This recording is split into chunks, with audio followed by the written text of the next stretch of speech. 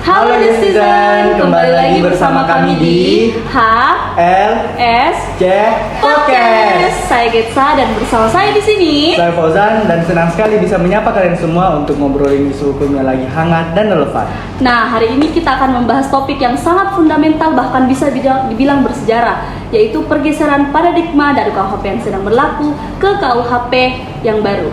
Bener banget guys, KUHP yang sekarang kita gunakan merupakan warisan dari kolonial Belanda dan usianya udah lebih dari 1 abad loh. Bayangkan hukum pidana kita berdiri di atas fondasi kolonial yang tentunya sudah tidak lagi sepenuhnya relevan dengan kondisi masyarakat Indonesia saat ini. Nah, akhirnya Indonesia memiliki KUHP baru, sebuah hasil perjalanan panjang dan perdebatan yang cukup panas di ruang publik. KUHP ini diklaim lebih mencerminkan nilai-nilai, identitas, bahkan realitas masyarakat Indonesia. Tapi apakah semudah itu? Apakah ini hanya sekedar mengganti pasal dan ayat, atau sebenarnya kita sedang menyaksikan pergeseran mendalam tentang bagaimana kita memandang keadilan dan hak-hak warga negara? Nah, untuk menjawab semua itu, hari ini kita kedatangan tamu istimewa.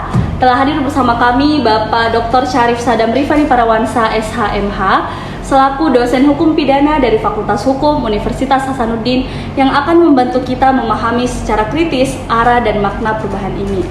Selamat datang Pak, bagaimana kabar hari ini? Terima kasih, alhamdulillah baik. Selain kesibukannya jadi dosen Pak, apakah ada kesibukan lain yang Bapak lakukan saat ini?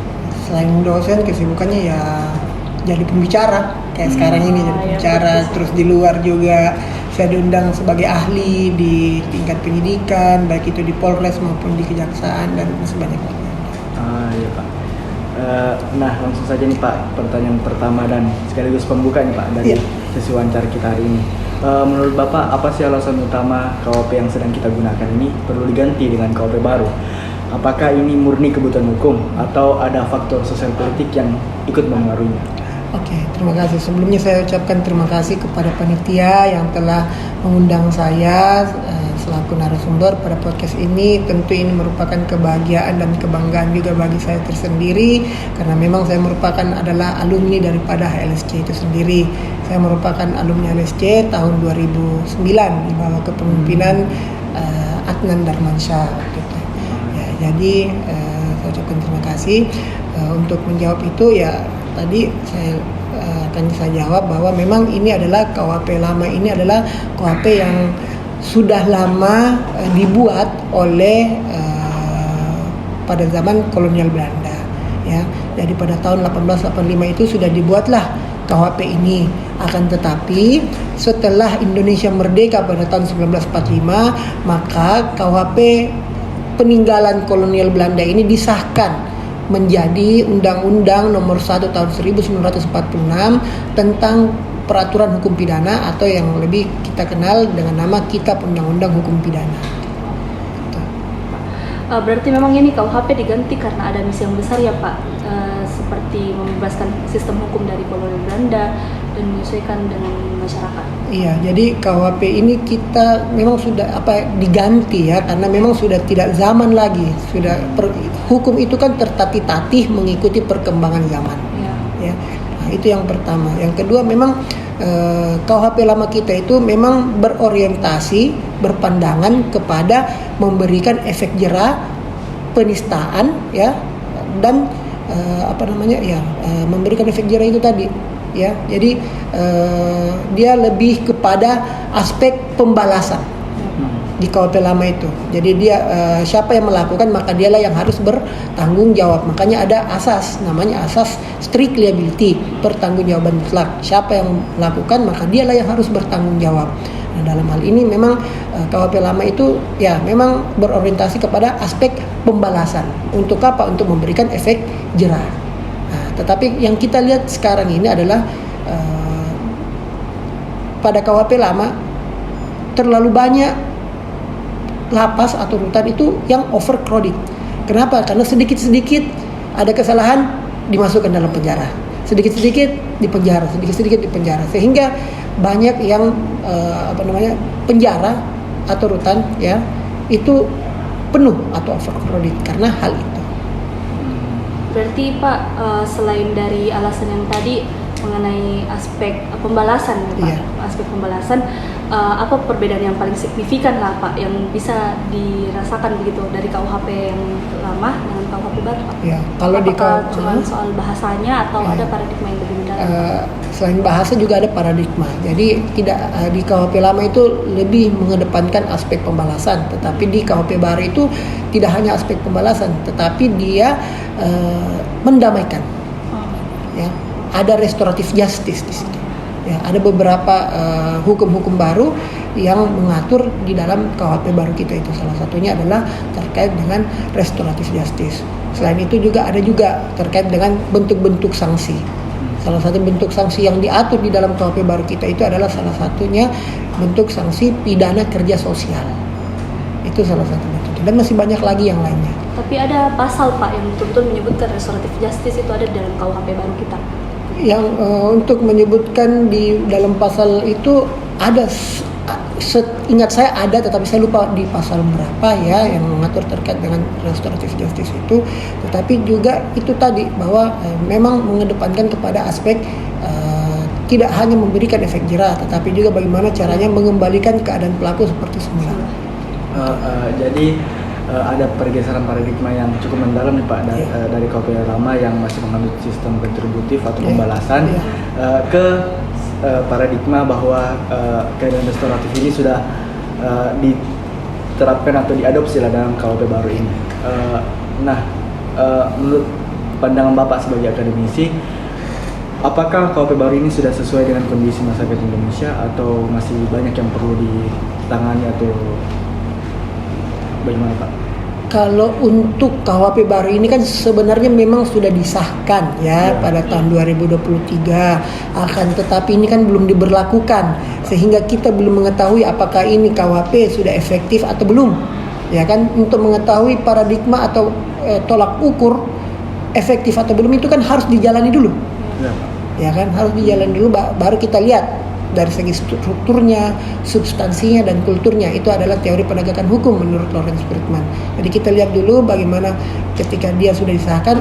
Akan tetapi kalau saya sendiri, pandangan saya sendiri bahwa KUHP ini yang baru itu sudah cukup baik mengakomodir dari beberapa pandangan daripada para tokoh-tokoh hukum kita di Indonesia. Selama Bapak memahami substansinya ini KUHP baru Pak, apakah Bapak sempat notice pasal-pasal begitu Pak yang menurut Bapak itu masih perlu dikritisi atau bahkan bisa berpotensi bermasalah Pak dalam implementasinya? Ya, yang perlu dikritisi itu terkait dengan pasal penghinaan kepada presiden di dalam KUHP. Saya lupa pasalnya saya lupa, tapi ada di dalam KUHP baru kita itu. Terus yang kedua yang kita kritisi itu adalah pasal kumpul kebo. Jadi di dalam KUHP baru itu dia mengatur tentang ranah privat kumpul kebo. Padahal kan di dalam KUHP lama itu tidak mengatur itu. Di KUHP lama itu hanya mengatur terkait dengan perzinahan dan perkosaan. Di dalam pasal 265 dan 264 perzinahan dan perkosaan. Nah, di KUHP baru itu dia mengatur terkait dengan kumpul kebo. Nah, itu sudah masuk dalam ranah privat sebenarnya. Jadi menurut Bapak terdapat beberapa pasal atau aturan yang agak kontroversial ya Pak yang diatur di KUHP baru ini. Iya.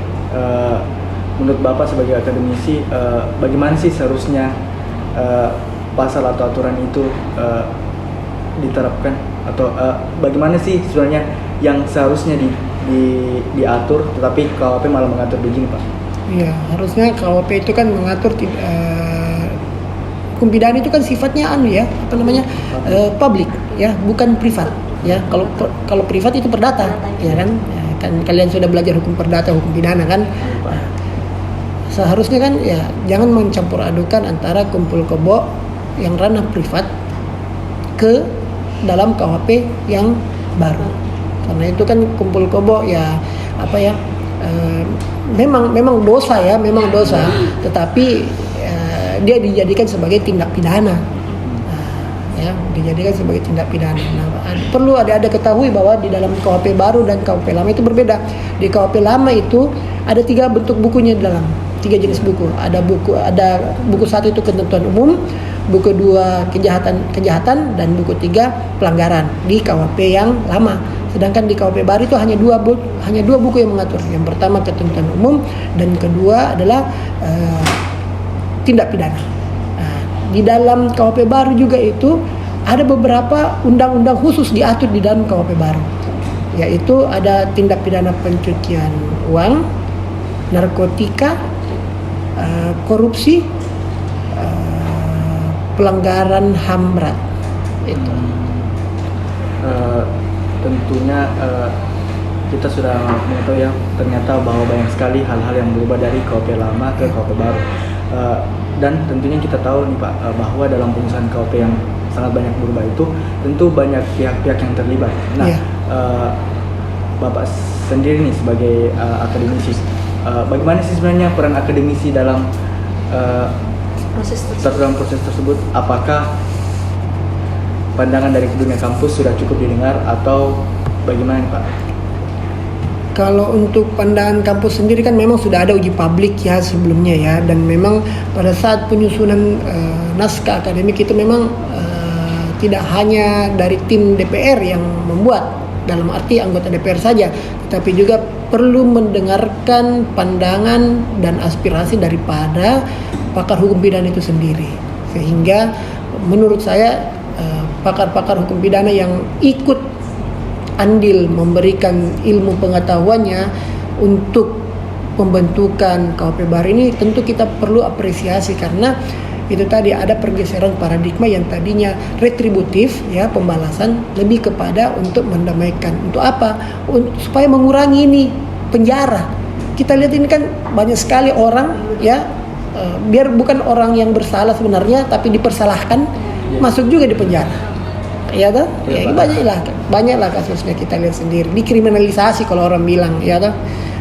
Ini yang sebenarnya perlu digeser dengan adanya KUHP baru ini. Tapi Pak, sepenting itu peran akademisi, pasti ada batas-batasnya toh Pak? Iya. Di mana batas-batasnya itu Pak dalam proses pembuatan KUHP? Ya batasnya hanya pada saat dia memberikan saran atau pendapat kepada DPR, di situ saja. Nah, yang kedua pada saat uji publik.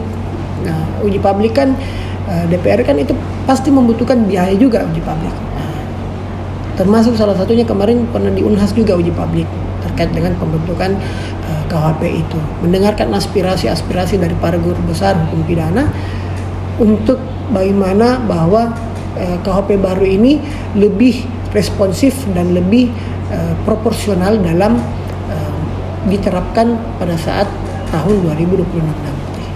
Tapi apakah aspirasi-aspirasi dari para guru besar dan para akademisi sudah benar-benar diperhitungkan dalam proses penyusunan KUHP baru ini Pak, atau menurut Bapak masih kurang?